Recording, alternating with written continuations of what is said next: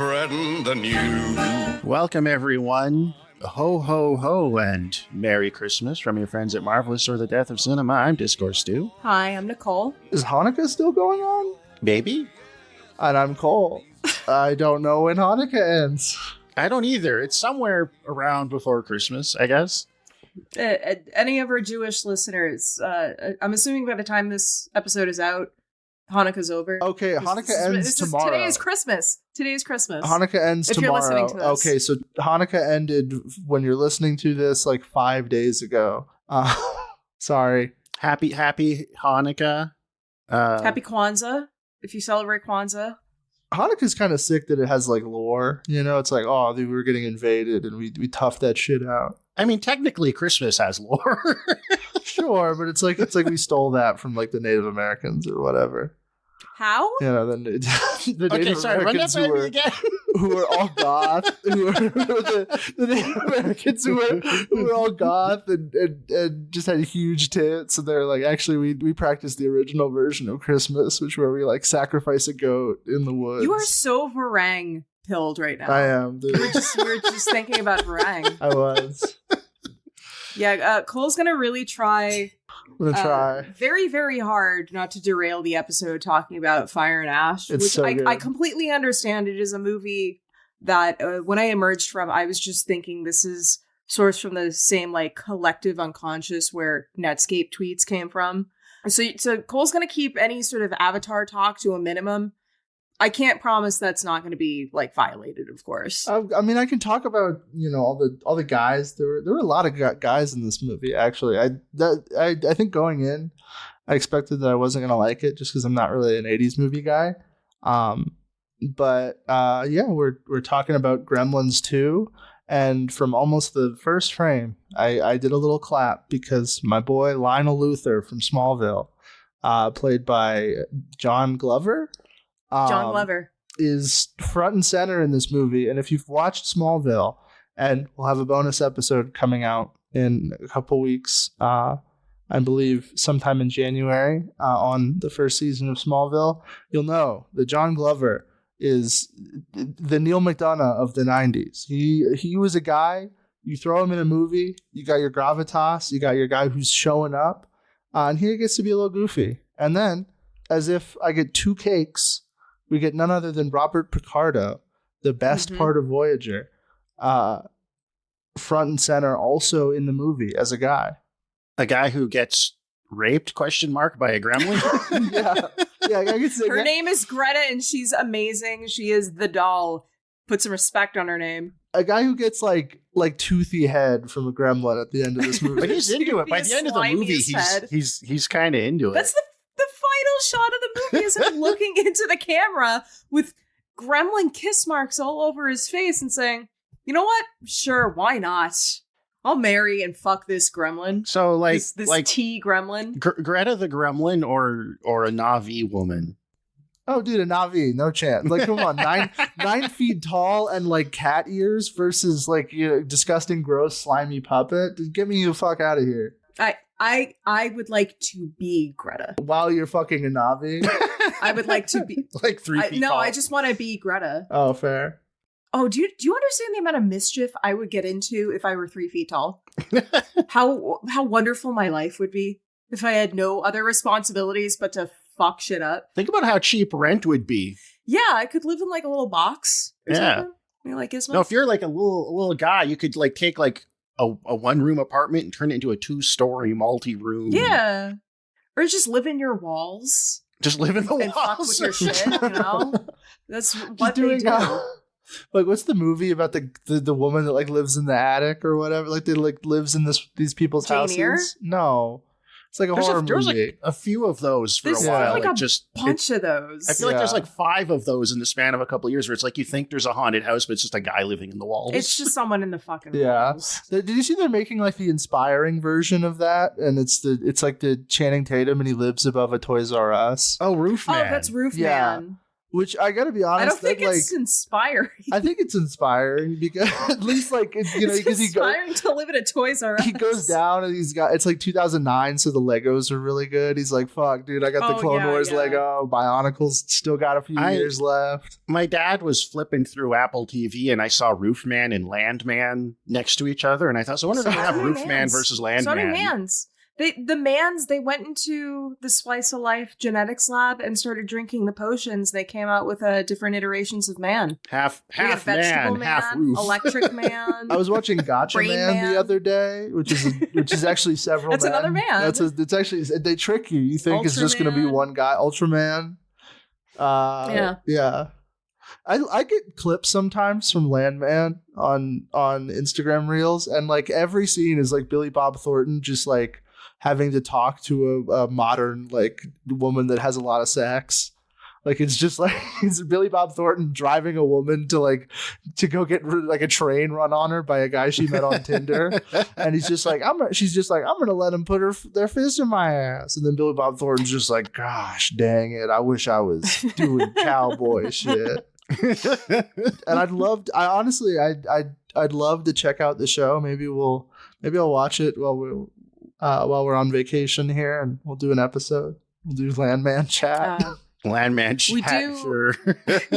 we do now. Before we actually get to talking about Gremlins 2, which was my pick for the Christmas special poll, which it turns out is not itself set during Christmas, which is not really a Christmas movie. I will say my argument there. Gremlins won a Christmas movie. In my opinion, any film that kind of satirizes the grotesqueness of American commercialism, which is especially potent around the holidays, qualifies in my mind as a Christmas movie.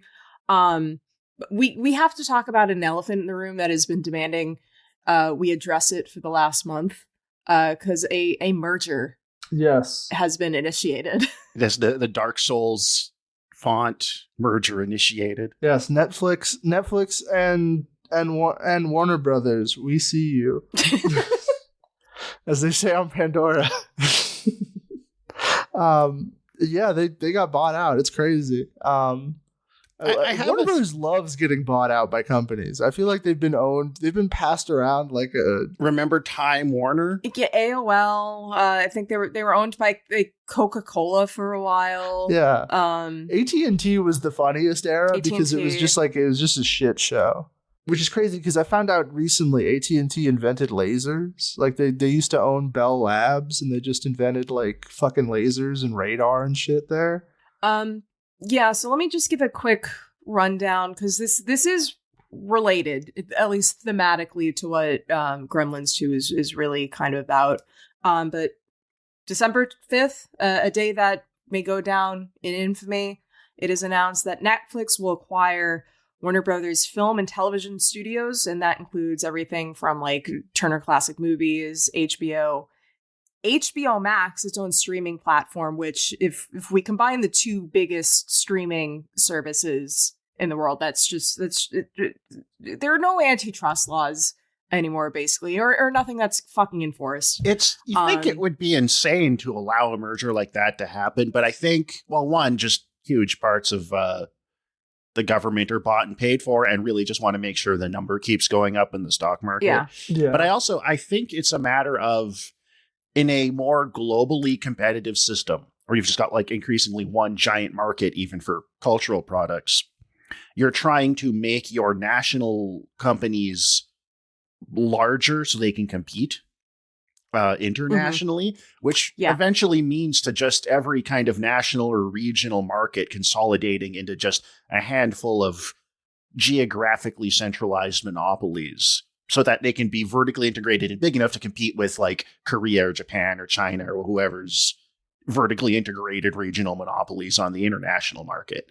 I think that's why they've been one of the reasons they've been letting all these mergers happen for the last couple decades. And they always hit them with like one or two caveats. Like I remember when Disney bought Fox, it was like, okay, you can own all of Fox, but you can't own like Fox Sports, because then you would have like a monopoly, Fox News, or like Fox News, or like they probably won't allow like, parts of Warner Brothers games that make like the mobile games to be like bought out, because Netflix is a big mobile games studio. Well, That's because it would piss off all the guys who are their competitors.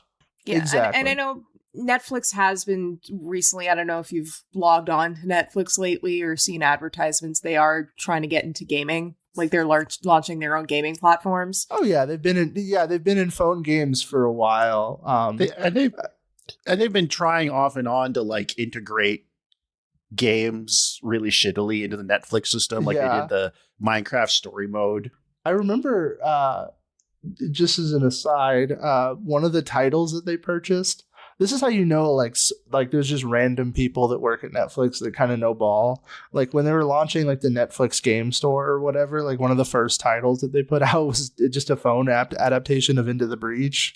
Oh, they did that? Yeah, they did. You can play Into the Breach on the Netflix game store. Wow. Weird. I mean, that is amazing. Yeah. Probably a horrible way to play it. Into the Breach is a great game. Yeah. But it's like, that's such an odd, like, I guess FTL was really big on like iPads when it was on iPads, but it's like, you'd go for like the Call of Duties or something, or the Halos, not like a game that was really popular with viewers of Nerd Cubed in 2014. But yeah, the real driving force of this merger is what else? Our bread and fucking butter on this show, IP. Because Netflix has its own original IPs, but it really got where it is today because it was allowed to license the streaming rights to pre-existing IPs. Like, you could watch The Office on there, you could watch Friends, but like their original IPs, which I feel so dirty whenever I have to say IP. It's so fucking awful. I hate it. Yeah, it makes just me so think everyone's of clear. I hate it. It's gross. It's ugh. But like, Stranger Things, fucking Squid Game, Bridgerton, all that shit is ubiquitous. But like compared to sort of the libraries of especially Warner Brothers, of which Gremlins is one of their intellectual properties, it's limited. I remember noticing a few years ago, as Netflix was losing the rights to other stuff, as those companies just started their own streaming platforms, they were leaning really hard on Korea for cultural for content. Yeah. But I could see why, like that, like I think that losing The Office, like a lot of NBC stuff and Disney stuff, like really hurt them. And I can see how this is like a move to just get like a roster of stuff that they know people will want to keep coming back to watch, forever. It's funny that you single out Korea, because I remember like it was kind of a fluke that Squid Games got popular. Like they just bought like a slew. They do it a lot on Netflix, especially if you're like a streaming crate digger and not just someone who just looks at the top feed or whatever. I remember they bought a lot of like German TV for a while. There was like some German sci-fi show called Dark that was on there. Yeah, my mom likes that show. And like the both the original Good Doctor and the Good Doctor spinoff, The Good Lawyer, were originally K-dramas that were, I think, brought to Netflix, and then The Good Doctor became a TV show on NBC, I think. I think so, yeah. Yeah. And they tried to bring The Good Lawyer over here too, but that didn't catch on. It is funny to be like, what if a doctor was autistic? Because it's like, I think that's probably like 70% of doctors. It's House, dude. It's fucking like... It's literally House. But he's doing like autistic blackface. What really pissed me off was when I realized that House was an adaptation of Sherlock. I was like, oh, okay, I get it now. Like, yeah. You didn't get it? His last name is literally Holmes, bitch. Yeah. Except he's got the limp instead of his Watson. His Watson, whose name is, and he's also gay with, his name is Wilson, and he's gay with him. Yeah, I remember as a teenager, noted like when that clicked, and I was like, oh, come on. Yeah. Yeah, but then there was a attempted hostile fucking takeover. I recently watched Blackberry, by the way, so I'm just thinking of that purely in like the Dennis Reynolds scream cadence. Yeah, I wanted to watch that just because I wanted to see a movie where Glenn Howerton flips out a bunch. But then it's all that. It's all that. It's when I found out when I finally got around to watching Nirvana the band, the show, and realized like that was those guys behind it, like that. It's on deck. I'm gonna watch it when I get home. Yeah, probably. It's great. But Yeah, hostile or attempted hostile fucking takeover from we've barely talked about Larry and David Ellison.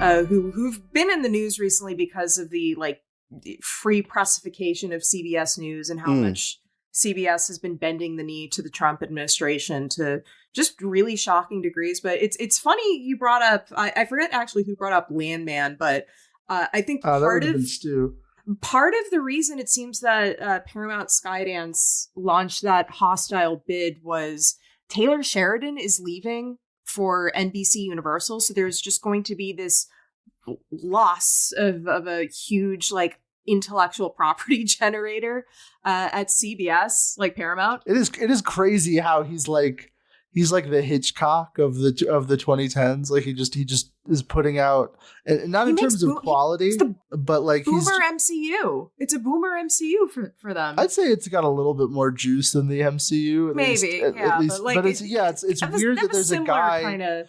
There's a guy who just makes just Western thrillers, or in this just fairly straightforward drama, and has a name and a brand. Yeah, just prestige drama Westerns about grizzled cowboy men telling it like it is or whatever. Yeah. So that's at least part of the reason they were trying to come in under the radar to outbid Netflix. And as of right now, Netflix is still the winner of this merger. It's a case of I've seen people argue that Netflix is better to merge with Warner Brothers than it is Paramount Skydance. I'm sorry. We all lose in this situation. Yeah. This was to say nothing of sort of the fate of movie theaters, which Ted Sarandos has been, giving lip service to being well, we'll still release things in theaters, but we've reached the point where movies aren't, unless they're Avatar, Way of Water, or any of the tentpole movies, they don't get anything more than a 2-week limited run or anything that just meets the basic standard for what would qualify for an Academy Award. We've just streaming services, of which Netflix is the biggest one, have just trained audience, especially post COVID, to either just accept watching something in the comfort of your own home, or just wait 2 weeks for it to come out on streaming, because that's just what happens now. So vertical integration is back too. Can I just say something too? Yeah. Things look like shit on Netflix. Yeah. Compared to I download a 6 gigabyte X264 encoded version of a Blu-ray rip, and it still looks way better than a Netflix stream a lot of the time. Yeah. It's because streaming, it's largely not focused on there's a Star Trek future kind of streaming, there's a utopian stream, I could make woke Netflix, where it's it cares about the user experience, and it's I don't give a shit about theaters, fuck theaters, but aren't just designed to be watched on a tablet or whatever, fucking Tubi, the best. Well, they compress the shit out of everything to save on server space and bandwidth. They save, to save on the server space, and also it's another way in which it is kind of just a wallet inspection compared to going to the theater. Not that the theater experience, I went to the theater recently, I had a fun time, but it's damn, I spent $120 fucking dollars going to the movie theater to see out, and 60 of that was the tickets because I saw it in IMAX. But I spent fucking almost $50. $60? Was that you and 2 other people, or was that just you? It was me and one other person to go see it in IMAX. $60, Jesus Christ! The money is so molested. It's crazy. Actually, it might have been 70. I'd have to check on the specific. It was either 59 or 69. I can't remember. Well, that's why theaters are dying. It's so fucking expensive, and people will when they go to the theater, they're well, okay, if I'm going to spend all this money, I want to see a thing that I feel I know for sure I'm at least going to like, which is what makes them risk averse and creates the IP feedback loop. If going to the theater wasn't a huge, expensive pain in the ass, people would be more willing to risk seeing something new and weird and different. Get an AMC Stubs account. Go for like $25 unlimited. I guess I do need to get that. Evan's been trying to get me on that shit, and I'll consider it. Like, I think, like, in a perfect world, like, streaming would be the better option, but it's so anti-consumer and so, like, designed against, like, the actual, because it's like, I have a Plex server, you know, so it's like, streaming is awesome. I have the opposite problem where it's like, there's too much good shit to watch in frame rate or bit rate so high that, like, you know, it looks like real life, and it looks like Avatar. And like that makes streaming awesome. Like I almost don't want to go to the movie theaters because it's like I don't even have to wear pants. You know, I can just sit at home and get trashed. Yeah, part of it's just home video's gotten so much better than it was, you know, in the days of like VHS tape on a 19-inch CRT. Like it's honestly incredible that streaming has fucked this up so much because it shouldn't really be possible to like come up with an idea of like, oh, you know, the internet has gotten good enough that people can watch movies in HD on your home.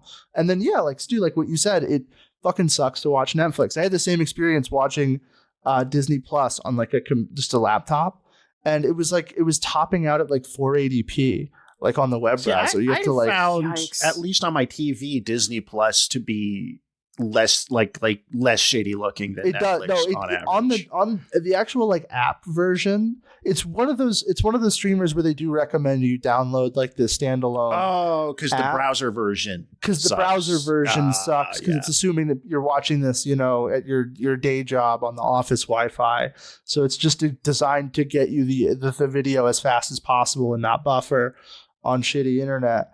But yeah, it's crazy. It's just like they've managed to turn this amazing technology. It's like trains, you know. It's like, how is this amazing technology not being used for the betterment of mankind?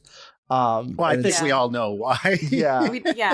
Yeah. I want to plug just before we move into Gremlins 2, the new batch. I do, because you mentioned sort of the way Netflix movies look and how shitty the quality of them generally are, whether in terms of writing, dialogue, how they fucking look.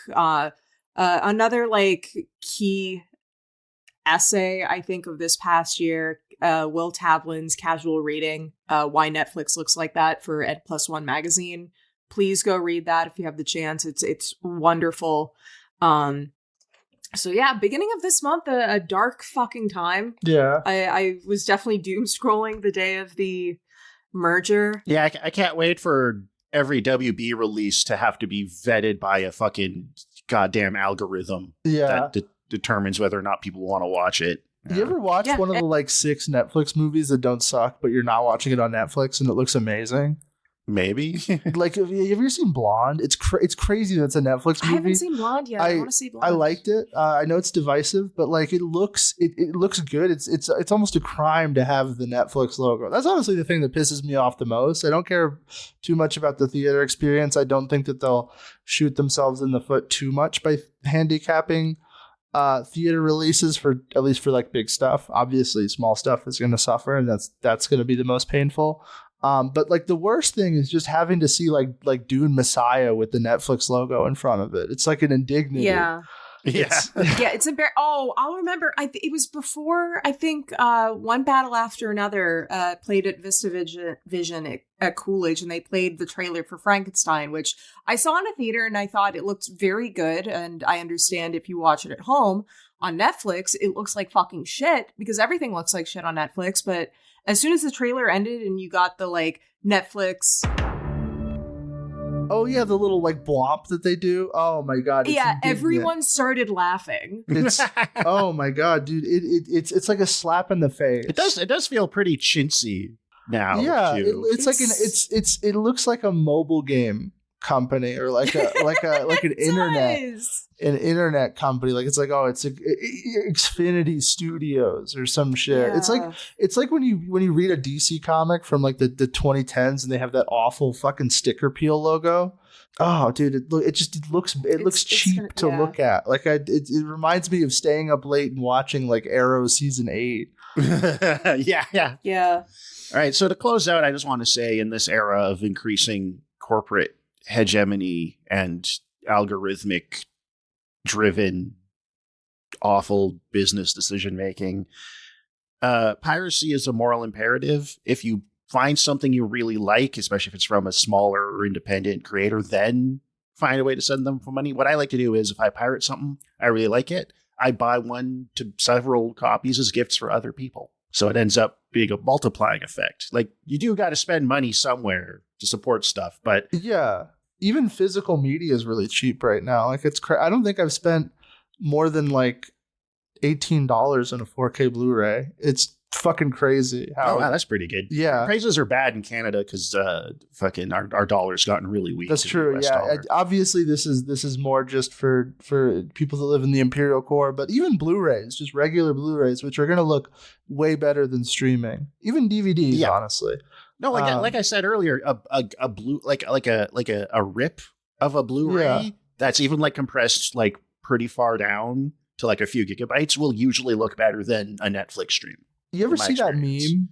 It's kind of beautiful to think about, but you see that meme of like it's like a twink, and he's like, oh man, the movie I want to watch isn't on Netflix, and then like just this fat like Sabaton listening like guy, completely bald except for the beard on his chin's like, oh dude, that sucks. You can come over to my house. I got it on DVD, and we can eat popcorn. And like I think it was initially created to like kind of poke fun at those guys, but it's like I want to see the third panel where they're just passionately making out after watching. Yeah, that's my relationship. No, Evan is not bald. He has a beautiful head of hair. That would be so funny if he looked like Jelly Roll. He looked like the I have met people that look like that. And you've met Evan, you can attest that he does not look like Jelly Roll. I think Evan would look good if he got like 70 pounds fatter and got a bunch of like hand tattoos, you know, like he just get the tattoo that's like a woman's lips on his neck. Yeah, get the tattoos of of like a line cook, but also weigh 297 pounds. I think that's a good look. All right, so Gremlins 2. Actually, I have like one more thought. Okay, I wanted to amend to the because. Yeah, with on the note of consumer capitalism and the sort of chaos of it all, buy, sell. And I hope. Okay, but if you're listening to this episode, I hope you did watch the movie. For many reasons, it's good, and it's gonna be full of spoilers. Not that this is like a twist heavy. Spoilers for a 30-year-old movie. The plot. 35-year-old movie. Look, there's a lot of people now where someone will get mad at me sometimes. Anyway, to start, what's everybody's experience with Gremlins? Just like, I guess, as a concept. I think I have the least. I have the only Gremlins content. Actually, I was gonna say the only Gremlins content I consumed was when they put them in the Warner Brothers Smash Bros. Clone that I'm blanking on the name, where you could play as LeBron. Yeah, the one you wouldn't shut up about for like 2 months. That started as the Space Jam game. I probably put in like 30 hours in that game, and I cannot remember the name for the life. Oh, Multiverses. Yeah. Multiverses. Yeah, they put the Gremlin in that, but I think I had uninstalled the game at that point because I was like, I need the space for something that doesn't suck dick. That isn't just funny when I'm schooling people as LeBron. That was actually some of the most fun I had playing a fighting game. Was getting up at like 10 a.m. and just playing Andy on multiplayer on that game and beating his ass as LeBron. All right, what about you, Nicole? I mean, I know Gremlins like every other sort of person our age does. It was, play on TV just through like cultural osmosis, like the rules of the Mogwai. Of course, I'm a woman, so I love a little guy. I like two. I have watched. yeah, again, not to talk too much about Avatar, but I do love Took. She's very precious, but love Gizmo, but also Gizmo, in addition to spawning sort of a continuing trend of franchises built around a little guy. I've met and seen so many horrible, nasty little dogs that are just named Gizmo in my fucking lifetime. And that's really? Another part of Gizmo's legacy. Oh, yeah. Back when I worked at the animal hospital, there was like a nasty little Shih Tzu. His name was Gizmo. He was a fucking dick. So when I was little, we had a cat named Mogwai, or Mogi for short. Mogi? She was a little black and white cat. But my Gremlins, because my older sister was was a child of the 80s. Her and my mom, like, Gremlins was really big for them, the first movie. So yeah, we had a cat named Mogwai, which is what the little furry little guys that turn into gremlins when they eat after midnight are called in the first movie. Well, what if you had a cat and it was named Mongquan, and it was lighting shit on fire and scratching you on the chest? Huh? Oh, it's the ad. I just decided to let that one fall completely. You didn't set me up, even though you're the only other person here who's seen the movie. No, That's another I'm Avatar doing that out of 3. spite. Yeah, dude. Yeah, that's another Avatar reference that I just wanted to see you fail at that. I appreciate that. I appreciate you letting me to go Don Quixote myself on the podcast. Yeah, no, I like this movie. I let you, very Looney Tunes style, just walk off the edge of a cliff, realize you were walking over nothing, and then plummet down. But but Gremlins was a movie I always liked and appreciated. Gremlins 2 I saw as an adolescent and enjoyed it, but I didn't, at the time, I don't think I thought of it in context of where it was kind of in the media landscape, where it's like it's like a very early film in terms of like that thing that came out in the 90s, which at the time was novel, which was like being kind of like very fourth wall breaking and self-referencing and sort of self-satirizing. Back at a time when that was like a subversive, novel, playful thing to do before it became like just a hack way out of having to actually write a movie. Yeah, this is like the kind of quintessential, or maybe this predates New Nightmare. This definitely predates Scream. This predates a lot of the stuff in the 90s that would, be like metatextual about itself. This movie and Last Action Hero, I think, were just a little too early. And people, and maybe that like prepared people for it, like as they kind of digested it, for people to really get what they were doing. Because this movie was not successful. No, it didn't even release internationally, and it came in it was $30 to $50 million budget, and it only made like $41. Yeah, $41 now, $41 million. $41. So, yeah, that's $41. Nobody wanted to see this, and this is why I think I was like the first Gremlins more when I was a kid, which is the first one is more. It's just more straightforwardly. A little more straightforwardly, just a creature, little monster movie, a kind of PG-13. You could put it roughly maybe around like Tremors tonally. I've heard that. Yeah, it's a movie where it's on paper it's a horror film, but really it is just like puppet slasher. Yeah, well, it's still very playful and anarchic and tongue in cheek, but it's not as.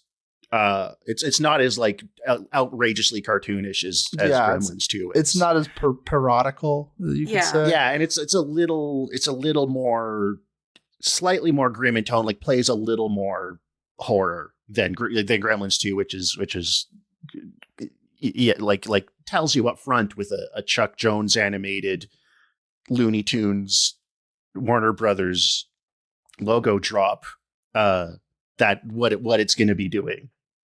Totally. Yeah. Well, the original Gremlins, that was written by Chris Columbus, who's now totally washed. And what was, I think his last, I don't know what his last released movie, but he's going to direct, we'll get to talking about the in development Gremlins 3. But the original screenplay he wrote, I think as just part of a writing sample, was more straightforward. Gizmo actually turns into a gremlin, and I think it was like once it came to Steven Spielberg's attention, he thought he could make it into a kind of low budget horror, which went completely out the window when it came to the amount of like puppeteering and animatronic and visual effects work that would be needed in Spielberg, because he was launching Amblin Entertainment at the time. He saw the little guy in this movie. He's like, audiences are going to want to see this little guy. I'm talking about Gizmo there. And then Joe Dante, who had already got some mainstream success, he did The Howling, which is the other 80s werewolf movie that is not American Werewolf in London. Yeah.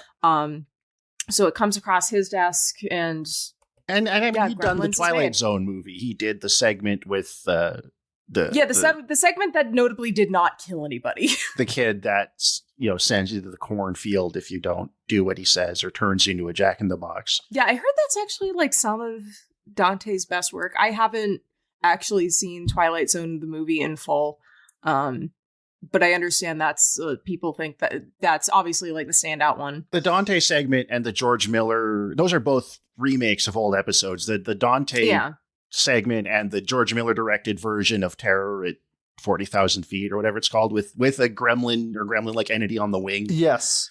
Yeah. Is also great. The movie version has John Lithgow. Oh, but the original version has Bill William Shatner. Oh my God. He's actually really good in those Twilight Zone episodes. But I did rewatch Gremlins. I rewatched it with my mom because I was like, let's put on a holiday movie, and she likes Gizmo. She loves little things. We have a little dog at my mom's house named Monkey, and he's adorable. So I was like, let's killing two birds with one stone, doing some business and spending quality time with my mother. The very glaring subtext of Gremlins is just about sort of the voracious nature of American consumerism under capitalism, because it's kind of cut from the original version of the movie. There was a subplot about I forget the character's name, but in Gremlins there's this really awful old woman who is constantly haranguing Billy Peltzer about his dog Barney. She's clearly based on the Wicked Witch of the West. Oh yeah. I'm gonna get your little dog. Yeah, and there's a cut subplot about her scheming to basically kick a bunch of people out of their houses because she's like a landowner.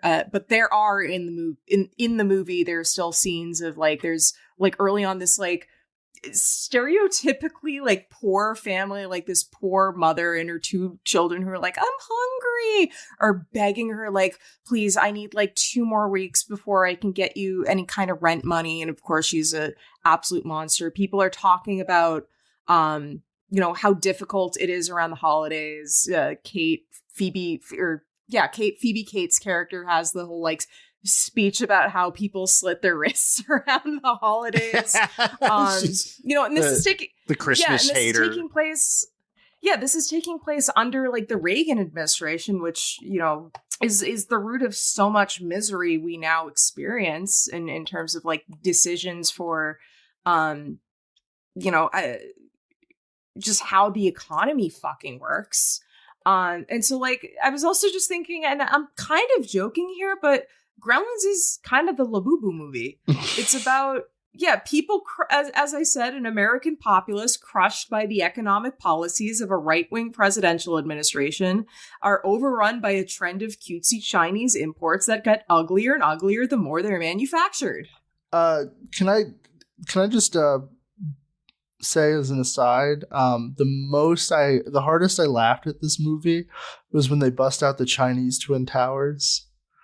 I was like, damn, this feels like an esoteric shit post that someone would make in summer of last year. I love when a movie opens with just a shot of the World Trade Center. Yeah. It's so, I always salute and clap at my screen. But yeah, Gremlins 2 is a complete parody of everything Gremlins 2 became, because it was not supposed to be a hit. The studio didn't like it. It became very difficult to make because they were just coming up with the technology for the puppets on the fly. Or do you mean Gremlins 1? Gremlins 1. Yes, Gremlins 1 was not an easy picture to make. And so it was a surprise sort of sleeper hit. And then it became a sort of franchising marketing behemoth.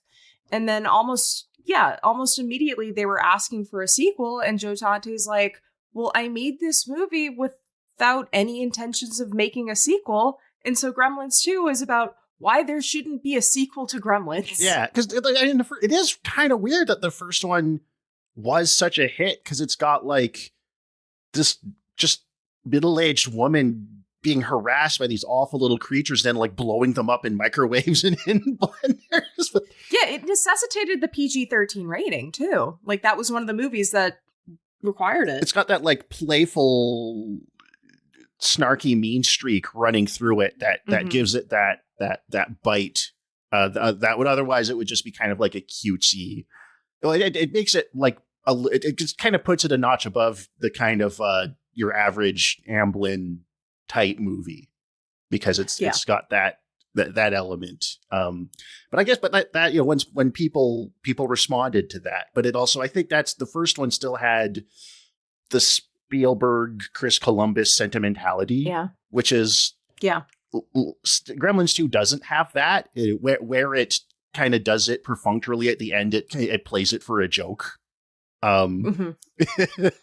It's like half the movie the Gremlins are just torturing Gizmo, just doing fucking just the cutesy little puppet guy, and they're just doing Guantanamo Bay shit to him. I mean, because that was as I said, like, I mean, think of fucking The Mandalorian popped off because Baby Yoda, the brilliant idea of, okay, but what if we had Yoda, but we made him a baby? Just a cute little puppet. And printing money. An idea that just prints money. Like Rocket Raccoon, fucking the dog in the Superman movie, took. Ewoks. Yeah. I love that. Oh, man. I love the Took moments in Fire and Ash. Maybe that's why this movie didn't, one of the reasons this didn't hit, or maybe it's emblematic of why this movie didn't hit, because it's like, season 2 of The Mandalorian, and it's just like, just torturing Baby Yoda for does that happen? Kind of mean slapstick comedy. No, it happens. I thought they were actually. I was like, what? It does happen in Guardians of the Galaxy 3, though. They torture the fuck out of that raccoon. Yeah, to creep. What if they were torturing Gizmo to creep? Yeah, but the whole bit with his character is he's like a cute animal that's also like an alcoholic uncle. But yeah, no, I think the unfiltered Joe Dante kind of playful cynicism was just, I love it, but like a lot of mainstream audiences, maybe especially in 1990, where it's like, the Berlin Walls come down, everything's kind of, we're bright and colorful and we're feeling good about everything and we're listening to Jesus Jones. Not everybody, I think, was maybe on the wavelength to see a cute little guy just get abused. Yeah, I would say like I describe this movie as like because this is written by someone else. This is Charlie Haas, who is also like like Joe Dante in Roger Corman's orbit. That's Dante got his start with Roger Corman in New World Pictures. But this is them with their like a wet finger in the wind, able to tell which way the wind was blowing. Because there are a lot of shots that are accurately called here. What if it was Joe Dante from Clerks? And he was the guy from Clerks. I'm not even supposed to be here today. Yeah. I'm not even supposed to make a Gremlin sequel today. So yeah, I guess we'll just kind of dive into the premise. So this is the thing that really marks Gremlins 1 is like a very 80s movie, is it's like the Gizmo, the Mogwai who spawns the Gremlins, if you break these rules, comes from just a little shop in New York, just like a mysterious Chinese man shop run by a mysterious wise Chinese man. It's crazy because Gizmo the Mogwai sounds like it could just be like a tertiary Avatar character. Like every time you say Gizmo the Mogwai, I'm like, oh yeah, no, dude, I remember him. He was blue and 9 feet tall. And at the end of the first film, Gizmo's returned to the Chinese guy by Billy's dad because the white man is not yet wise enough to bear the responsibility of this majestic, magical little furry creature. The second movie starts with him dying in his whole Chinatown neighborhood getting gentrified so it can be bulldozed for just a hideous, ultra-modern developer project, which Billy is like the concept artist for, and everyone just keeps telling him to take the trees out. And I feel like that kind of sets the tone pretty good. And the setting is this guy, Daniel Clamp. Or no, was it Robert Clamp? Clamp. It's Daniel Clamp. Daniel Clamp. Yeah, named for Bob Clamp, one of the original Looney Tunes animators, along with Tex Avery and Chuck Jones back in the day. And it's this futuristic. It's a smart. They literally used the word smart building, which I thought was funny because smart everything became such a meme in the 2010s. Smart home was like a thing you'd see in the 90s. Like I remember there was the Disney Channel movie, a really shitty like direct to video rental Home Alone sequel where the kid had like a computerized home. Oh yeah, that was like the 2000s. But there was the 90s had, I forget what it was called. There was like a horror movie in the early 90s about like an automated home that goes hostile. And there was that X-Files episode in the first season about an AI, a building that's all run by an AI that starts killing people by like electrifying the water in the faucet. Or yeah, that's like actually, episode 4. The exterior of that tower is right outside Metrotown Mall, where I used to work for the company that built that tower, the Rogers Telecommunications Company. That's crazy. I used to work basically there. Anyway, so this is like an early example, not the earliest example, but an early example of that idea. It's this smart building where everything's automated and sterile and controlled and surveilled by Robert Picardo, the uptight manager security guy.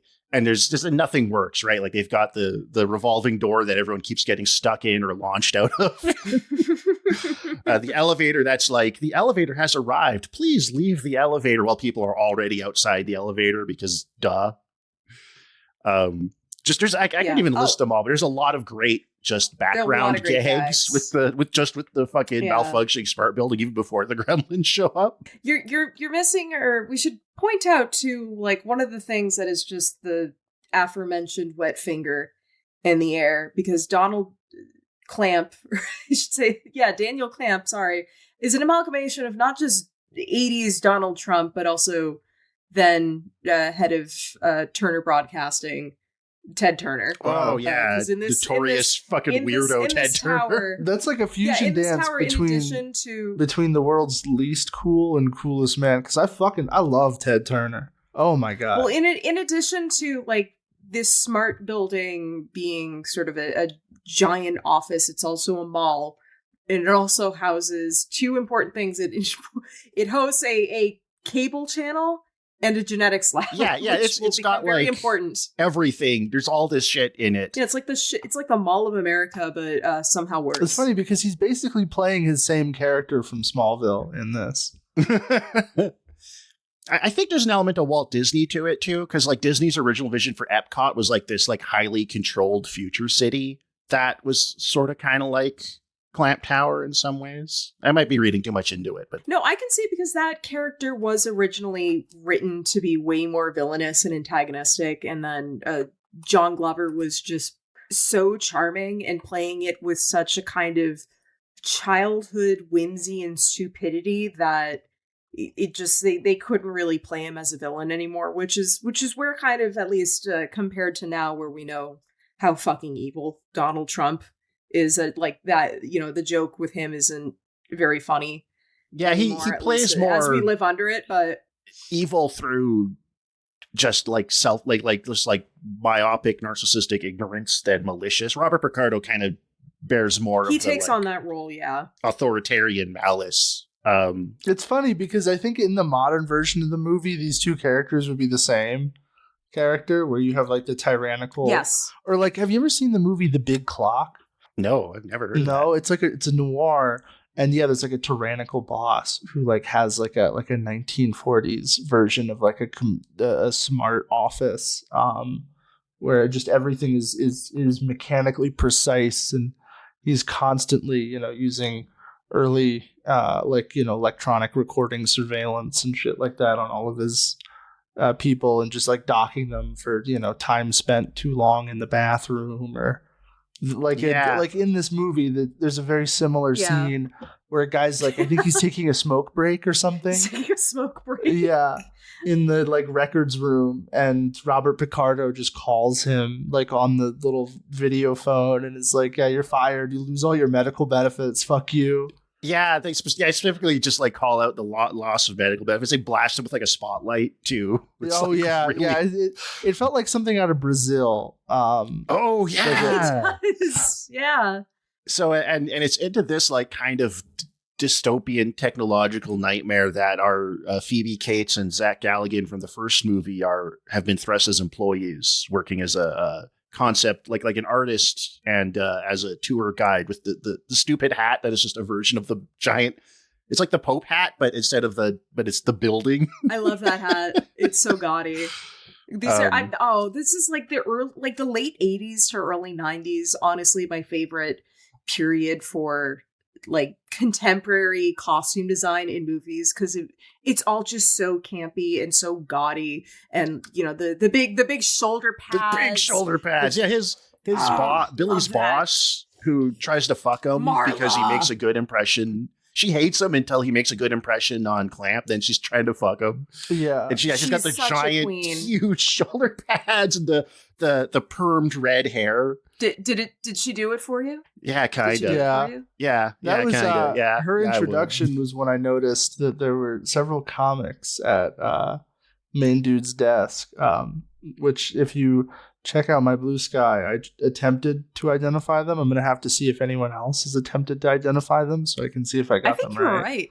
I think you were right. And I mean, like, Joe Dante knows a lot about it's actually so it wouldn't be surprising. I wonder if he put them there themselves, because the two comics are an issue of Firestorm and an issue of Amethyst of Gemworld, and both of those characters are about like duality. Like with Firestorm, he's like two people in one body, and one of them's like a disembodied head who's smart and like teaches Firestorm all the little like chemical equations he has to do to keep his nuclear powers in check, and then the other one's like a dumb jock who's kind of the more physical. It's very Ultraman. And then Amethyst, Princess of Gemworld, is like a kind of Sailor Moon, like a Labyrinth kind of story where like a 12-year-old girl turns into like a fantasy princess in this fantasy world, but then like towards the end of the comic it starts becoming this weird kind of like Game of Thrones kind of story, minus the incest. Anyways, it wouldn't surprise me if that was a little like intentional, nod. Because I believe Billy, at least in the original movie, like there is a scene where there's a cameo with Chuck Jones who's like talking to Billy, but I believe at some point he was originally supposed to be written as an aspiring comic book artist. Oh, yeah. I'm gonna have to see Gremlins 1. I know, like I listened to The Movies That Made Me sometimes, and that's like him and what's that guy's name who wrote History of Violence?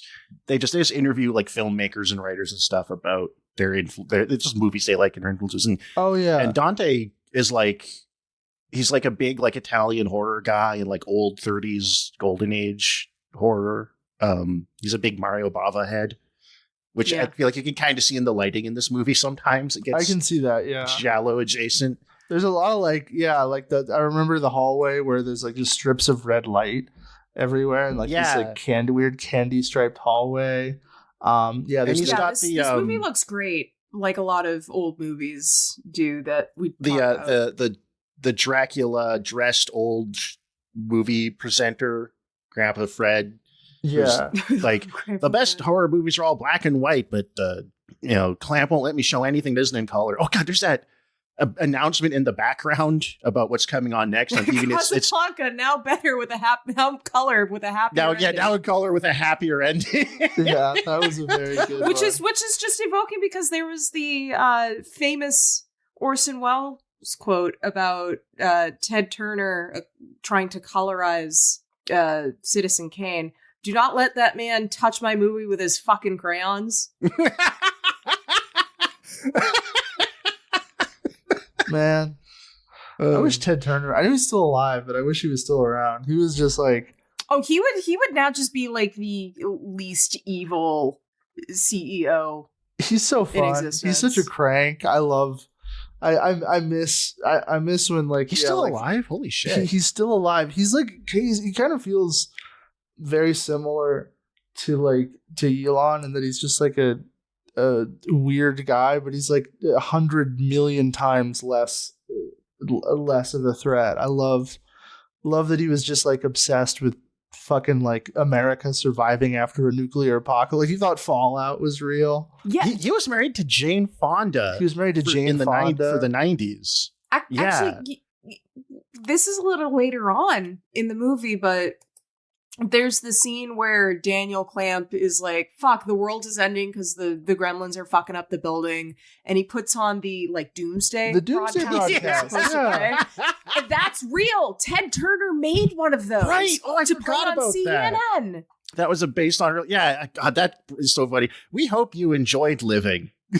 yeah, because famously, and you know what's crazy is, from what I understand, that was something that was rumored, but like never confirmed to exist until it was found like in a garage somewhere. But like that was like something that was sourced entirely off an interview quote, because I think when he was like first hyping up CNN, he was like, CNN will never go off the air unless like fucking like a nuclear apocalypse happens, like the world ends. And then that like the doomsday tape became a meme, and it's in this movie, and then like years later it was finally actually found, and the real thing is fucked up looking. It's bizarre. It's just like a military band playing near My God to yeah me. And that's it. And then it's like, bye. Yeah, in front of like a nondescript mansion. Yeah, it was nice knowing you. What would be your final message to the world before the bombs fall? Like, what's the marvelous end of the world special look like? Marvelous. The last Netscape stream before the lights go dark. We finally do the Attack of the Clones episode.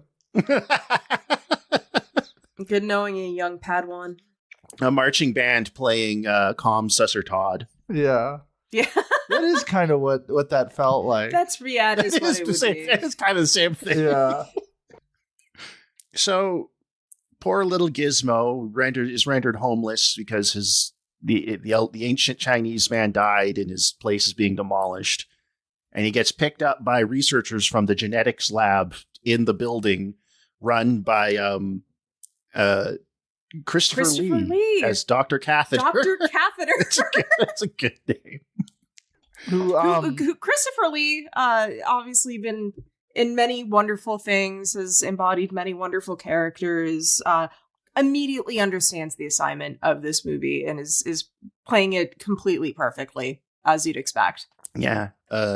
People our age would know him as like Count Dooku and Saruman from Lord of the Rings, but he's in this movie because he was Dracula in the Hammer produced horror films of the late 50s and 60s. He was also another horrifying monster. Who? The dentist from the Tim Burton Willy Wonka. Oh yeah, I forgot he's the remember almost nothing from that movie. You thought I was going to say Fu That's Manchu. Right. Did he play Fu Manchu? Oh, dude, he was Fu Manchu in eight fucking movies. He was Fu That's Manchu. both hilarious. That makes both, like, if you ignore, like, if you're like, it's the 60s and you're not thinking about it was racial like the 40s. casting, it makes a lot of sense. It was like the 40s. Holy shit. Yeah, that was his first big role before Dracula, was being Fu Manchu. Oh, actually, I learned this last night, but there's a behind the scenes of Lord of the Rings where Peter Jackson is talking to Christopher Lee about Saruman's death scene, and Christopher Lee is like, he can't like scream when he gets stabbed. It's when you get stabbed, it's more like it's like the breath leaving your body. The implication being, because Christopher Lee served in World War II,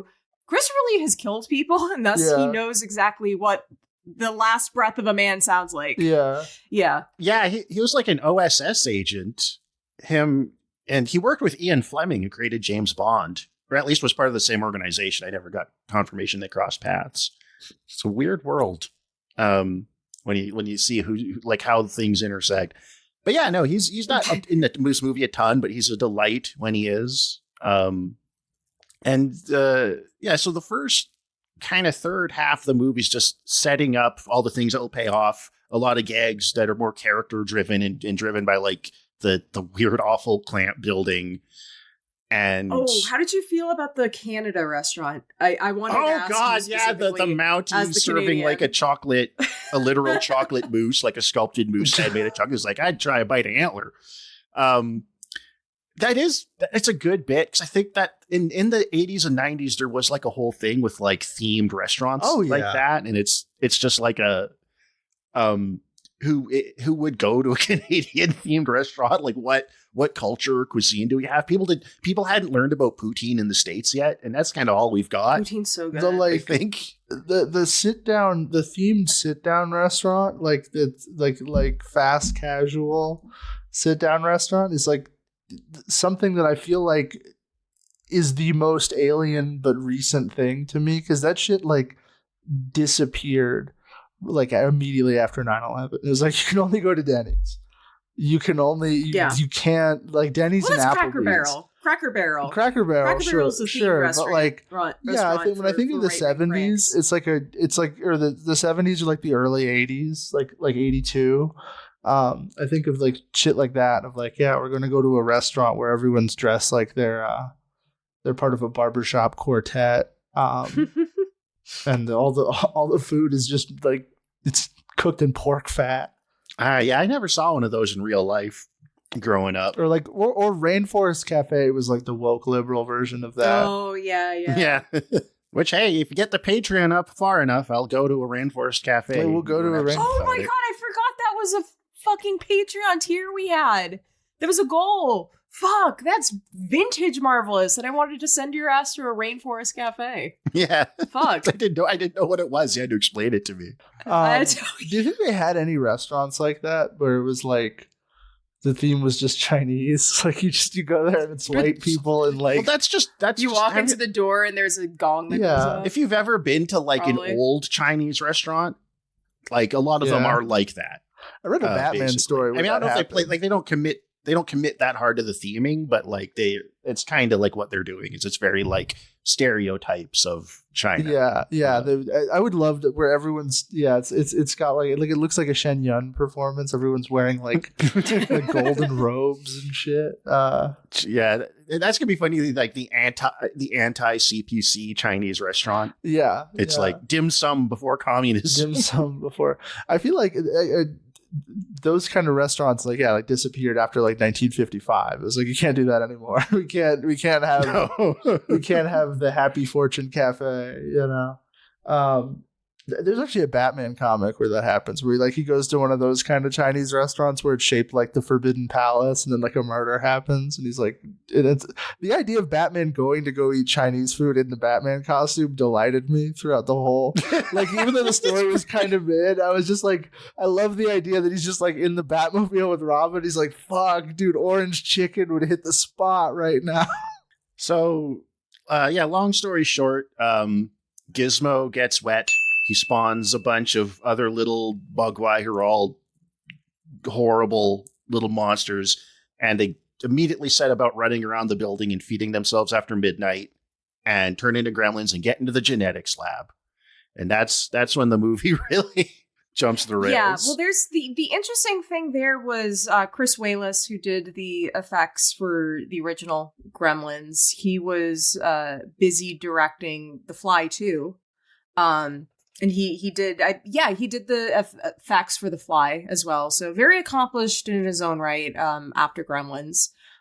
So they asked Rick Baker, the famous Rick Baker, who has done everything from American Werewolf in London to Videodrome. Excellent work. Like, if you see Rick Baker's name in the credits of a movie, you are in for some great, cool shit. Yeah. But to get Rick Baker to sign on, because his concern was, I don't want to repeat anything that Chris Walas did on Gremlins 1. They wrote in the genetics lab, so there's an excuse for all these different fucking gremlins. And I don't know if either of you have seen that Key and Peele skit. of Jordan Peele as the script doctor. That was basically both. He's dressed exactly apparently like Joe Dante at the time, but that was essentially Rick Baker coming up with, what if there's a spider gremlin and a vegetable gremlin and all these fucking dumb, absurd gremlins that to me are just a complete, like, on the nose parody of how stupid franchising something. Like when I say that is Gremlins, kind of what one like is like the Spider-Verse Labubu movie. is. I mean, yeah. Yeah, like there's a like- smart like, who Spider-Man wants and a girl Spider-Man Who and a wants Spider a Spider-Man. vegetable gremlin? You I know? know. Yeah. Like, You got a- who You wants got a that? British Spider-Man. But it's funny. Yeah, we got the brain gremlin, who has this is the only one of the only movies. Actually, no, it is the only movie where you will see a puppet talk about Susan Sontag. Yeah.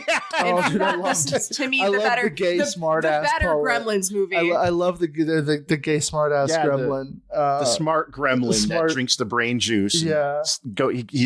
He does a talk show because the guy who does the Dracula late night horror show always wanted to be a journalist. So when everything pops off, he grabs this is like kind of an old fashioned joke. The Japanese tourist that's always taking pictures of everything. Getty Watanabe. Yeah. From 16 Candles, a guy who played numerous Asian stereotypes throughout the 80s, but is actually from Utah. Oh, that's like how Mr. Miyagi's from like Detroit. Yeah.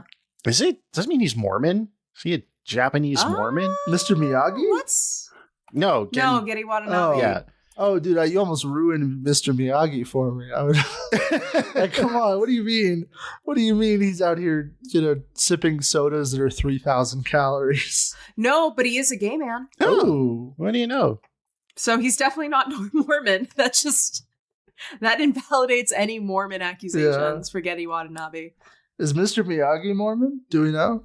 I'm pretty sure he wasn't. I think that's safe to say. But yeah, it's kind of hard to talk about the movie linearly from this point forward because it just becomes a series of bits Yeah. until it arrives at an ending. It's not like it loses. Like it works because it doesn't lose inertia. It keeps pulling all the threads together to work as a movie. But like it's really like the whole movie's really just an excuse for all of these bits, for various comedy bits and various like really outrageous, wonderful animatronic puppet effects. Like everything from we love a puppet. Gizmo. Did you notice when Gizmo gets his hand, he's hiding in the drawer and Yeah. he gets it pinched and it starts like throbbing. Yeah. Yeah, that's a wonderful effect. My favorite moment. It's when Gizmo dances to Fats Domino. I mean, on the one hand, it's very cute. Like, it's incredibly fucking cute. So is the little part early on where you just see him walking down the sidewalk after Mr. Miyagi's store is destroyed. But Not Mr. Miyagi's it's store. Mr. Miyagi, Mr. Wing's store. Oh man. But it's an impressive little feat of like visual effects. I mean, it's like early. It's clearly an animatronic that they composited in after the fact, but that little guy can fucking dance. It's beautiful. I just kept thinking of that Roger Ebert quote about like Jolson sings, Garbo laughs, Barrymore talks, Kermit rides a bicycle, Gizmo dances to Fats Domino. I mean, it's That's up there. it's for just me. delightful to see these things because someone has to make them and go through all the work of figuring out how to do it, even for like a little gag or a dance or a facial expression. Like, just a ton of work and thought that goes into that, and it's just really delightful to see it enacted, to see that craftsmanship brought to life just for its own sake, even irrespective of the final product. So that's how I feel about models and stuff too. They make me happy just to see them and to see them work.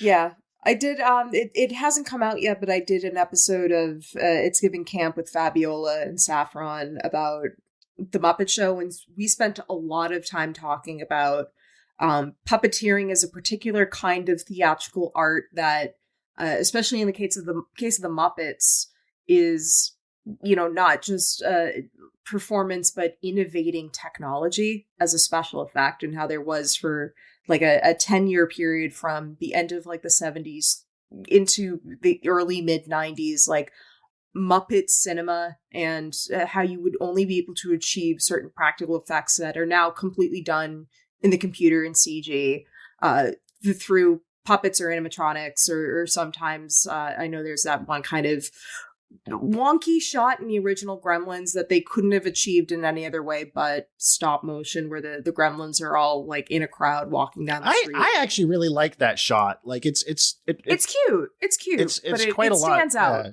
It does stand out. It's the only stop motion shot there. But yeah, as we mentioned, the genetics lab necessitates or creates many different gremlins.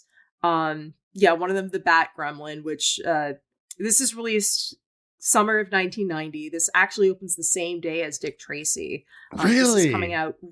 Yeah, this is coming out year after Batman 89. Which movie did better? I think Dick Tracy did better. Really? This did not. Yeah, I think Dick Tracy. No way. I said that as a joke because I assumed Gremlins that blew would us have out of the fucking water. Because this movie, I think, didn't get check. The studio didn't really know what to do with it, and I don't think it got a lot of support. Like you said, it didn't release internationally, so like Dick Tracy probably got more screens. I know Dick Tracy got a huge marketing push. I remember, like, I don't remember Dick Tracy coming out because I was. It was Dick Tracy. Dick Tracy was number one, followed by another 48 Hours, then Total Recall, and Gremlins 2 opened fourth. But I remember, oh man, imagine going to the theater, like, and seeing that list of movies. Yeah, tough lineup. But I do remember, like, on multiple VHS tapes I had as a kid, there were like big trailers for like Dick Tracy now on home video and stuff. So they pushed that one way harder. Yeah. Yeah, but the Bat Gremlin becomes an excuse for one of many fourth wall and meta gags. At this point in the movie, the film has just been taken over by the Gremlins. But like the Bat Gremlin flies out of the building and leaves sort of the outline of the Batman 89 logo, which I learned today that Joe Dante was originally offered to do Batman and he turned it down because he was like, kind of similar to Tim Burton, who ultimately accepted the role. He said, well, I don't really like Batman. I'm more interested in the Joker. I could see that. Wow, just a glimpse into my twisted mind. I don't want to. Fuck, dude. I'm so fucked up. I actually relate to the Joker.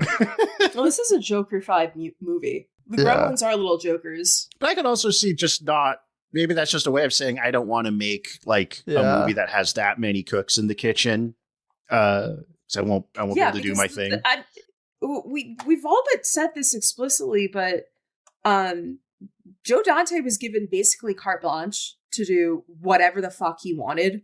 Because they were trying to develop this for years, like almost immediately as soon as Gremlins 1 was a surprise hit. Yeah, if executives had their way, like Gremlins 2 would have come out in like 1986. Yeah, and it just wasn't working out. Like they tried for a little bit. Joe Dante and his producer Mike Fennell, they worked with a couple writers, and they're just like nothing was coming to mind. So they went off and did other stuff in the intervening time, and then early or late 88, early 89, Joe Dante's like asked by then studio head Terry Semel to make a Gremlins 2 with just like, we really want this movie. If you get it to us by this date, call it Gremlins 2 and put Gremlins in it. You can do basically whatever the fuck you want, which is not an offer a director gets. No. Like ever, if at all. I mean, this is kind of the Batman Returns of Gremlins that way. It is. Because Gremlins 1 was not like Joe Dante's passion project. It was an Amblin Spielberg produced thing that he was just took the job on. But yeah, this movie lets him go nuts. And then it's just a lot of bits. The Bat Gremlin flies outside because he gets an injection that makes him immune to the sun. And there's a it felt like very Harryhausen to stop, or very Area of Darkness, like the stop motion Bat Gremlin harassing. Yeah. And then Dick Miller. He gets buried in concrete mix and then flies up on top of a cathedral and turns into a gargoyle as the mix dries. You get we get the Lady Gremlin who Greta Queen. Sexually assaults Robert Picardo. Until the end of the movie, between like the third act and the end of the movie, the last time you see him is him running away with her just wrapped around his leg. It's wonderful. I know that like one scene where he's trying to like fight her off. That's like literally him puppeteering Greta. Too. Oh yeah, it's like one of the puppets you have where you actually got to put your whole arm. Oh yeah, yeah. So he's basically performing as himself and Greta. God, the kissy lips they give her, the big swollen, I love it. Smoochy I lips. love it. I love that they gave me like another Miss Piggy. It is. They're like the trifecta of baddie puppets: Miss Piggy, Greta, Tiffany. Yeah. The Father, the Son, and the Holy Spirit. I like too that the genetic, because we're fully in cartoon logic, the genetic. Well, all of the potions, like all the stuff in the genetics labs are just like potions with just like pictures of like brains and bats and stuff on them. And they come with costumes. Like when the brain gremlin drinks the brain juice, he comes back from under the counter with glasses. Yeah. Like he's got the blazer on for the rest of the movie too. That was a cunty blazer. That was a look. Yeah, and then we should mention, as I said, the movie takes on the quality as if it's just been overtaken. By Literally, the movie just breaks. The film breaks, yeah. and then there's like you cut to a theater. It's almost like a much more fun version of the movie Anguish, and then you just see this woman storming out of the theater, scolding the usher, who then Paul Bartel. That's Paul Bartel. Oh, who's that? Oh, another New World Pictures Roger Corman guy. He did he starred, directed in Eating Raoul, which is a great fucking movie with Mary Warnov. He's in Piranha, which was Joe Dante's sort of Corman movie that was supposed to capitalize on Jaws. So he's Paul Bartel's like another one of those guys who just pops up kind of like Dick Miller in other movies. He's in the opening with Mary of Chopping Mall as like the snooty people in the audience. I still need to see that. Shout out to Chopping Mall. I need to check that out. I think you would love Chopping Mall. Chopping Mall also kind of similar to this movie in that it's a enclosed location of people being terrorized by smart technology. Yeah, we should next time if we ever get to hang out in person again, we should watch a bunch of movies like that again. I know we'll put on Chopping Mall and laugh our asses off when that lady gets her head exploded, which is great. Second best head explosion behind Scanners in that movie, by the way. But this is where it's like it's a little hard because we can just like talk about just all the fun bits in this movie, and it's just I just don't want the episode to become a list of like, oh, that bit was really great. Remember how awesome that was? Yeah. But I do want to talk about like what the Gremlins are. Like it's in the first movie to a degree, but it's really in this movie, which I think is they're sort of like, well, one, they're Looney Tunes characters brought to life, operating on the same logic, and they're kind of they're sort of like unleashed id figures. They're kind of like when you watch like a kid play Grand Theft Auto or something, and he just starts blowing stuff up for fun, shooting random people. They just are always doing shit. Like they don't have like a goal to take over the world or anything. They just do shit for fun. They replicate and expand and cause chaos, but they just fuck around for shits and giggles. They murder each other for bits to make themselves laugh and fuck with like that one goofy googly eyes one is fucking with the elevator. Daffy. Yeah. And it kills a bunch of the other gremlins. Yeah. They don't care. He don't care because it's funny. Like there's it's that quote. It's that quote from Roger Rabbit. I did it because it was funny. Yeah, and that's all they do. They're malicious merry pranksters. And the movie's even more so than the first one, which kind of is. This movie's just kind of on their side, right? You've got this, and it feels like a bit, commentary on the world in general and on the entertainment industry, which even in the late 80s was getting more and more corporate, more and more MBA business guy driven. Where it's like, this is the energy of everything that's repressed in culture and in the human psyche, just coming out gleefully every time you've ever just wanted to like, I I don't know, just like do something that you know would be fucked up and destructive, but it would make you laugh or vent some frustration. The Gremlins come out and do it for you. Yeah. I would also add on, like, I think Gremlins are, especially now, and this is a further testament to this movie's unintended prescience in many things, but we live in a gremlified society right now. I think the Gremlins are also kind of the perfect, like, not just the perfect American consumer, but they're like about sort of the voracious nature of American consumerism. Yeah, they are under capitalism. Relentless in their appetites. Like they're always like they have to eat after midnight to become gremlins, and they're always eating. Yum yum. They're loud, obnoxious, disgusting. They watch Snow White all the time, and they love it. Yeah. I get it. I fuck with Snow White. Well, yeah, again, they're unrestrained appetites, right? Yeah. And I think that it's sort of like the same appeal as what you get out of other monster movies, but also like anti-hero stories, like a Sopranos or a Breaking Bad. It's like, what could I do if I just totally did what I wanted, unconstrained by wider morality or the superego? I just thought about a fat Italian gremlin and it made me so happy. With a big cigar and a tracksuit and a gold medallion. Yeah. We need like we need a new batch. We need ketamine gremlin, Italian unk. We need Dime Square gremlin. Physical media collecting fetishist gremlin. He's like, dude, I got it on Arrow Video. The OnlyFans gremlin. The Gooner gremlin. Yeah, the screen time limits on DoorDash gremlin. Indian bot account. Sure, let's do that. Let's get ready. Let's all get in trouble. Yeah, like that's the thing. Like, you could, as much as this movie's kind of saying you shouldn't do another Gremlins movie because, like, what else is there to do? I think you could if you just embraced the idea of, like, it's just like new types of Gremlins, new environment, new. Like, in theory, you could, but it'd be really easy for it to become hacky and like Homer get iPad. But I don't think it's impossible to do like a new good Gremlins movie. Gremlins 3 is happening. It was announced in November. Yeah, but it'll slated for 2027. But we live in reality, and it'll be bad to Netflix. Yeah, no. Spielberg is returning as executive producer. There is apparently no involvement from Joe Dante. Chris Columbus, who wrote the original screenplay, he's coming back to direct.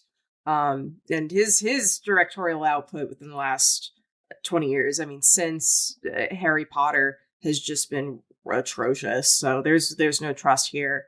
It's being written by the guys who did Final Destination Bloodlines, which I've heard good things about. That's a weird choice. They directed. They didn't write those movies. They've also only directed the live action Kim Possible movie. There was a live action. I'm gonna say, yeah. Huh. There is. It's crazy to be the guy who made Pixels and be the less washed Chris Columbus.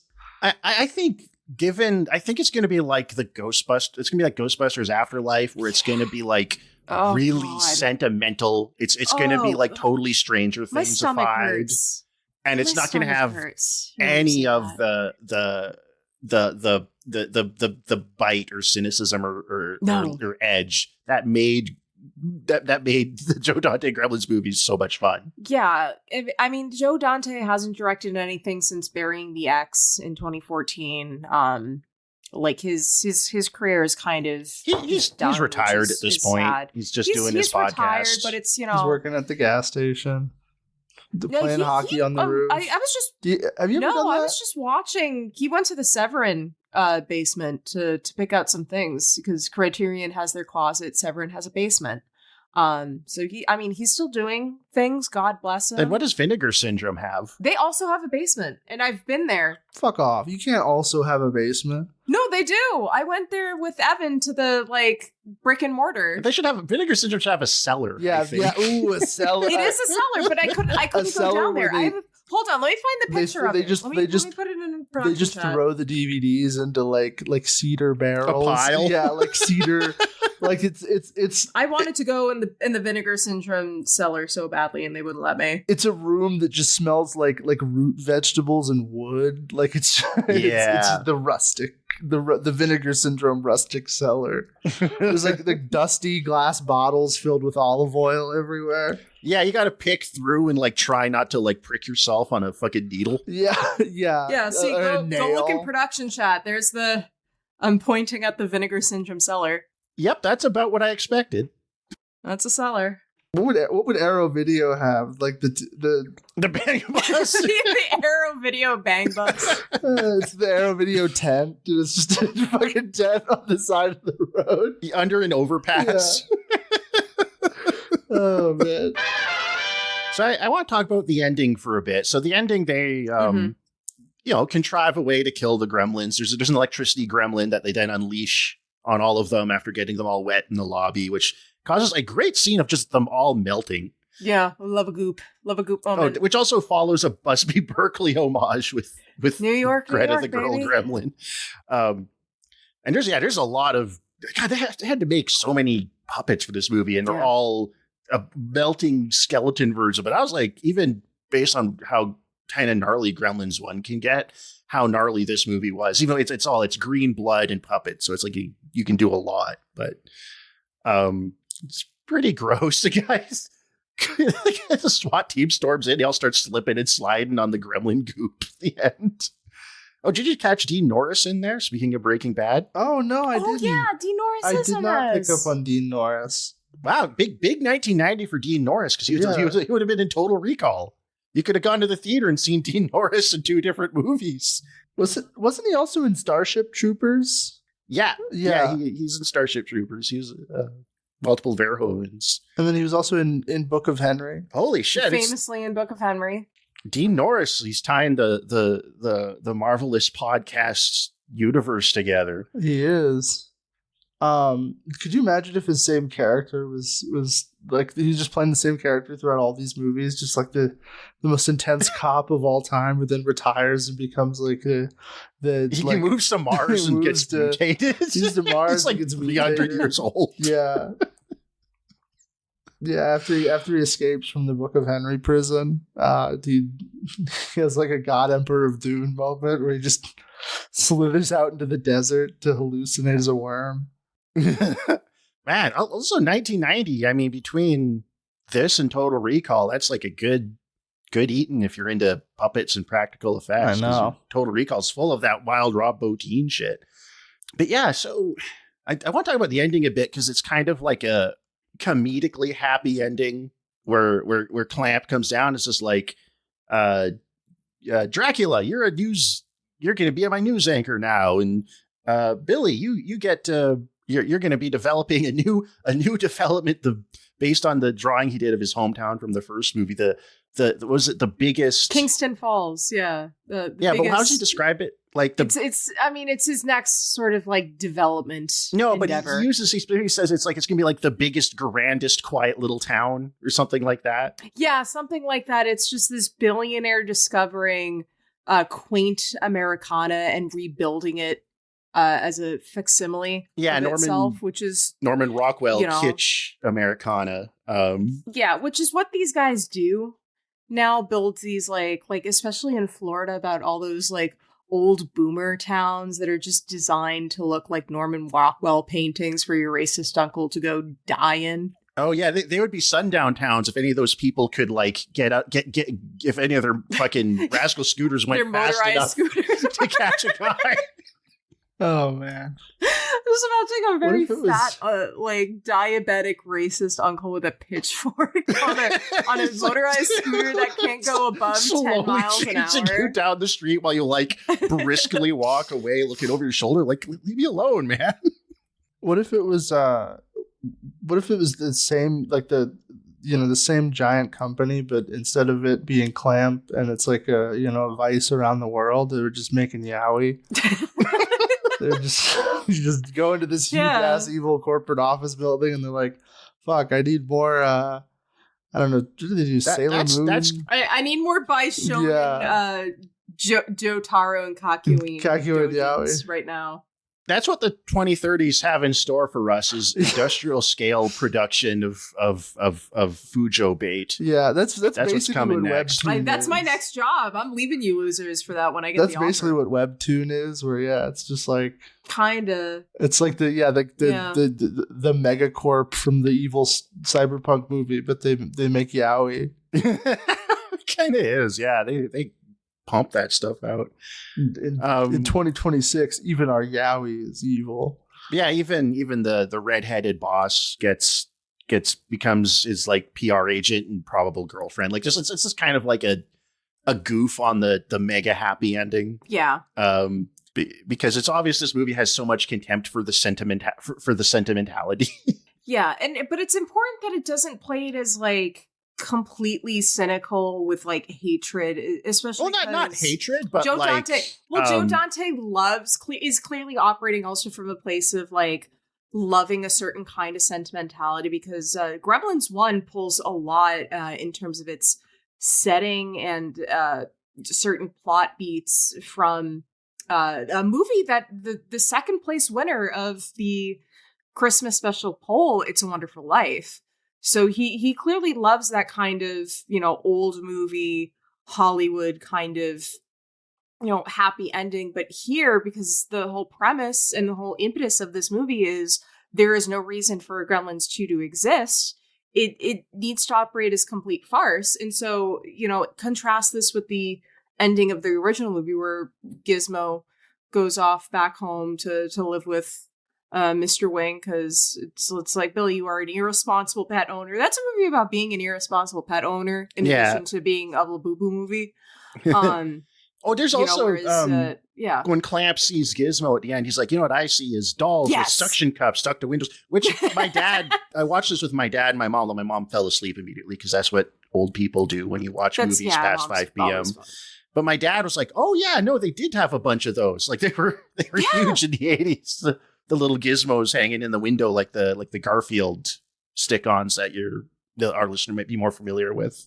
Yeah, I'm looking at them right now with the little suction cups on there. I would, if I had a car, I would put a little Gizmo. You would. I love Gizmo. I love Gizmo. He's so cute, which is exactly why these movies why Gremlins, as I said, became so franchisable, is because there's a cute little guy and it works on women like me who love cute little guys. It's true. I mean, again, I think that's part of why the first one was probably had more staying power with like my mom and my sister was because it had it balanced the sentimentality and the cynicism and the playful meanness in a way that was more appealing to mass audiences than 2. Which give me the meanness. Actually, my sense of humor can be real fucking mean. Aww. I think it's kind of like. Oh, now I'm just looking at Gizmo plushes, and they're really cute. I want one. I want a little Gizmo. Guys, send a couple more bucks to the Patreon my way so I can get a little Gizmo. Oh, there's one with like a little bow on him. All right, I need to close this window. I'm going to ruin the episode. But yeah, it's just, again, it's like this kind of movie. It was an outlier a bit when it came out, but it's hard to imagine now something this anarchic. And I think that's another thing the Gremlins represent is they're chaotic and anarchic, and that's in contrast to the dysfunctional but symbolically hyper-ordered world of Clamp Tower, right? They're the defiance of any system to be so totalizing. Especially given it's straight up said, like, okay, the system was completely dysfunctional before the Gremlins showed up, but and maybe that's like a message of hope there, that like, however totalizing and bleak our present system of technological surveillance and global capital seems, it is dysfunctional and self-defeating, and it just takes a few little gremlins in the wires to maybe bring the whole thing to a screeching halt.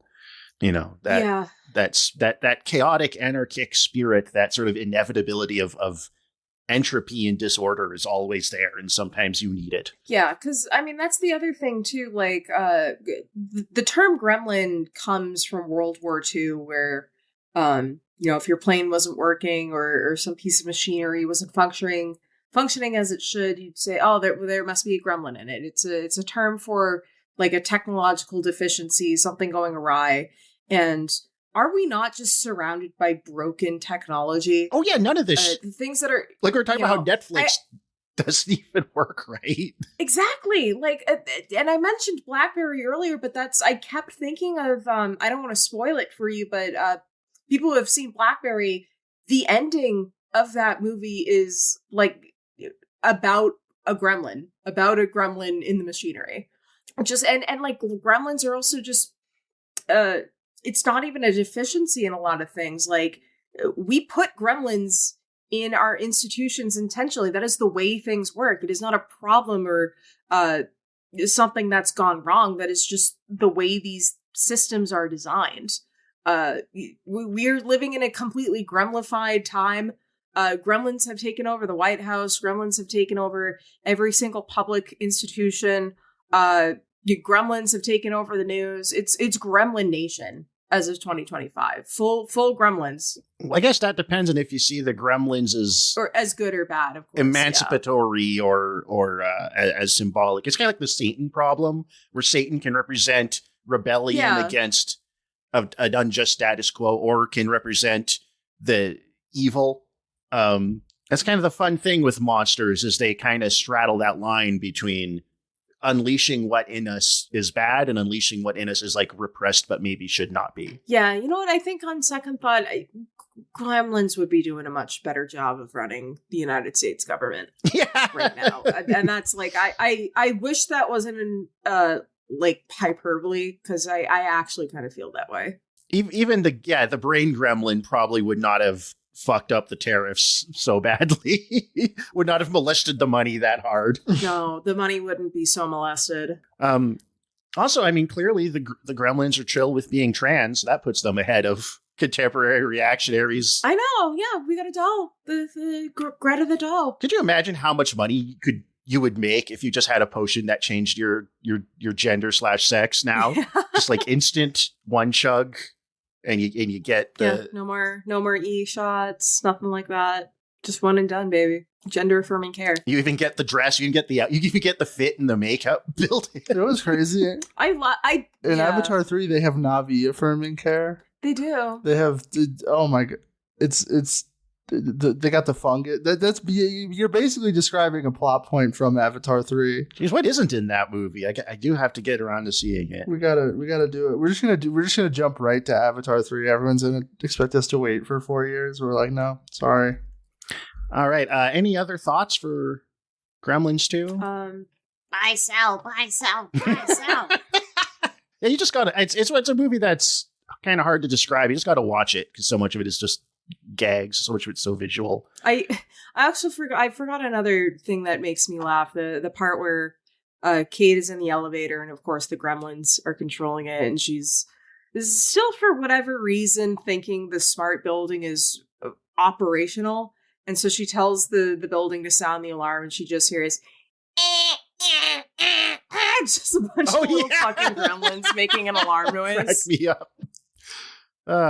They're wonderful. I love them so much. All right. Does anyone have their watch something twos? I do. Cole, Merry Christmas. You can go first. Thank you. I picked The Big Clock, which is I mentioned it earlier. It's a kind of very cozy noir set in a semi-automated building run by a megalomaniac. It stars Ray Milland as this dude that gets framed for like a murder. It features Charles Laughton as said megalomaniac. It's like a tight 90 minutes. It's a blast. It's a nice little British noir that I checked out on the Criterion Channel on a whim. Oh, nice. Excuse you, it's 95 minutes. This motherfucker fact checking. Wrong. I'm gonna kill myself. Wrong. I'm gonna kill myself Wrong. like in Avatar 3 when. Hey, I haven't seen it yet. All right, Nicole, what's your watch something to pick? So I was thinking sort of like what the like closest kind of companion film I could recommend. Another sequel that lampoons the original, what it's kind of become in the atmosphere of pop culture. You know, as the saying goes, second time is farce. So I'm recommending Texas Chainsaw Massacre 2. Nice. Yeah. That's another like parody sequel, right? Oh yeah, that is like you know, I mean, way much more of a tonal divergence than Gremlins 2 takes from Gremlins 1. Because if you've seen Texas Chainsaw Massacre, which you can make the argument is one of the best American films ever made, just a grimy, disgusting, really bleak film that's, you know, got a lot on its mind, especially in terms of, you know, the atmosphere of America at the time under Nixon, you know, how we have decimated and deindustrialized huge segments of the population and entire industries.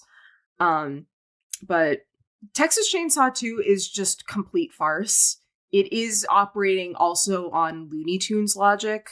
But more importantly, it's cluing into the fact that Texas Chainsaw kind of kickstarted the like slasher franchise and like all of or the slasher genre and all the tropes associated with it, especially the final girl. And it's playing it completely for laughs. There's a wonderful scene in that movie where Leatherface is trying to kill Stretch, who I was another Halloween costume I pitched to Evan that he rejected was him as Leatherface, or no, not him as Leatherface. It was him as Dennis Hopper, who plays a sheriff in Texas Chainsaw Massacre 2, and I was going to be Stretch. And he was like, no one's going to get that. And I was like, all right, fine.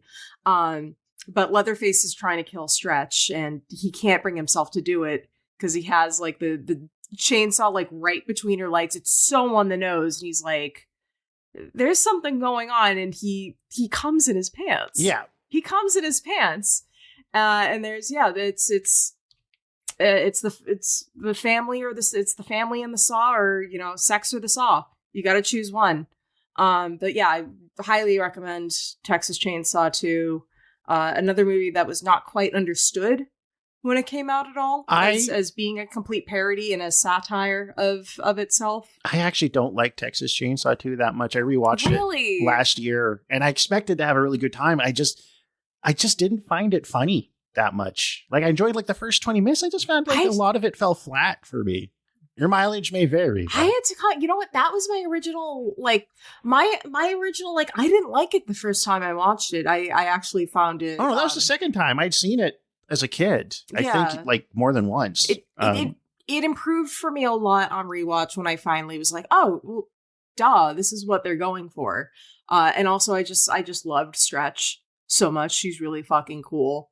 And any movie that gives me Dennis Hopper in a big cowboy hat, dual wielding chainsaws, I'm gonna have a great time with that. So I recommend Texas Chainsaw. No, there's parts of it I like. There's long stretches where just the comedy didn't work for me. Like, I knew what it was trying to do, it just wasn't making me laugh. All right, I guess I have to do mine. Yeah, this is your turn now. I'm gonna pick another Joe Dante movie. Admittedly, I haven't seen this one in a long time, but I remember it very fondly. The Burbs. Yeah, I got recommended that last night. I gotta see The Burbs. With Tom Hanks, and he's just like this suburban neurotic who thinks that there's like these almost like Addams Family like weirdos move into a house on his block, and he starts to become convinced that there's something nefarious going on in their creepy, spooky house on this otherwise normal suburban street. I really haven't seen it in a long time. but I remember it being quite entertaining. It's kind of a less well-remembered Joe Dante movie, I think, especially nowadays. I think it's gotten a lot more reappraisal and a lot more love. Like Gremlins 2, people kind of had to come around to it years after the fact, once we saw sort of the culture bend to Gremlins 2's atmosphere. I think The Burbs has gotten a good reevaluation in recent years. Well, it's like so many things. Like sometimes it takes time for people to get it, or it didn't find its audience when it came out. Yeah. You know, I mean, so many movies that are immortal classics now were flops on release. Because I think, before we end, I want to shout out part of the reason Gremlins 2, or at least someone who really helped, I think, popularize Gremlins 2's kind of rehabilitation or reappraisal in the last 5-10 years. There used to be a gimmick Twitter account called the Institute of Gremlins 2 Studies, which was like half like sincere in substance, but like kind of tongue in cheek in execution, sort of overly academic analysis of Gremlins 2 that I probably subconsciously pulled from all this episode. I respect them too, because like when the bit started to wear thin, they just stopped. Yeah. But I remember seeing them on Twitter like in the late 2010s and getting a kick out of them. If you haven't, please give Gremlins 2 a watch. You know what? Speaking of our lovely audience, Nicole, would you be kind enough to name this month's most recent Patreon subscribers? I would love to. So thank you to all of our new subscribers for the past month. Myra Glass, Anna XB, Daniel K, Tim C, Noah Sanchez de Tegel, Skeleton, Lil Yaldaboth, Robert Wilson, and Mr. Nobody. Mwah. Mwah. Thank you all so much for supporting the show, especially over the holidays. Makes a big difference. We love you. And actually, you know what? We do have next year. We will see you next year. We've got we'll see you next year. Something special to ring in the new year for the girlies in the audience. Yep. Me and my Oomphy Phoebe, we're going to be talking about a movie we really love. Yes, everybody, it's another episode of Girl Mode where we're talking about She is Conan by Bernan Mendico, who is a filmmaker we fucking adore, a French guy who makes the gayest movies you have ever seen that are increasing the glitter import in France by exponential amounts. Which again, we just did a Conan the Barbarian episodes a few weeks ago because Prince of Persia was so fucking awful. So it's the gay lesbian girl version of Conan the Barbarian, and it's awesome. So give that a watch and come subscribe to the Patreon so you can hear me and Phoebe talk about it. Yeah, if that sounds interesting, or if you'd like to enjoy any of our other many wonderful exclusive episodes, you can go to patreon.com/marvelousdeath or marvelousdeath.com and click the link at the top to our Patreon. Yeah. And if you would... we should probably plug that by the time this episode is up, there's another Patreon bonus you should go check out. That's right. Uploading tonight, so it will already be available by the time you hear this. Me and Cole have gone back to TV Town. We're doing Andor chat. We see you. The one Star Wars thing any of us give a shit about. Literally, from the last the only 2 decades. other good piece of science fiction that you can watch on your TV that was released in the last 5 years that isn't an Avatar movie that doesn't suck. I've been enjoying Pluribus. I gotta check it out. I'd check it out. But yeah, so if you want to listen to our Andor discussion, we had a lot of fun with that one. Subscribe to the Patreon and have yourselves a great holidays, a great new year. We'll see you in January. Our next main feed free episode will be Morbius, the living vampire. It's Morbin time, everybody. No, it's Morbin time. Cut the Morbin time. Delete that. Delete that. Miguel, delete it. We're, Nicole was being cringe. we're not 97 years old. It will be an exercise in morbid curiosity. Until then, Happy New Year. Thank you for listening. Bye, everybody. Merry Christmas. Bye. Bye. Merry Christmas. Mwah.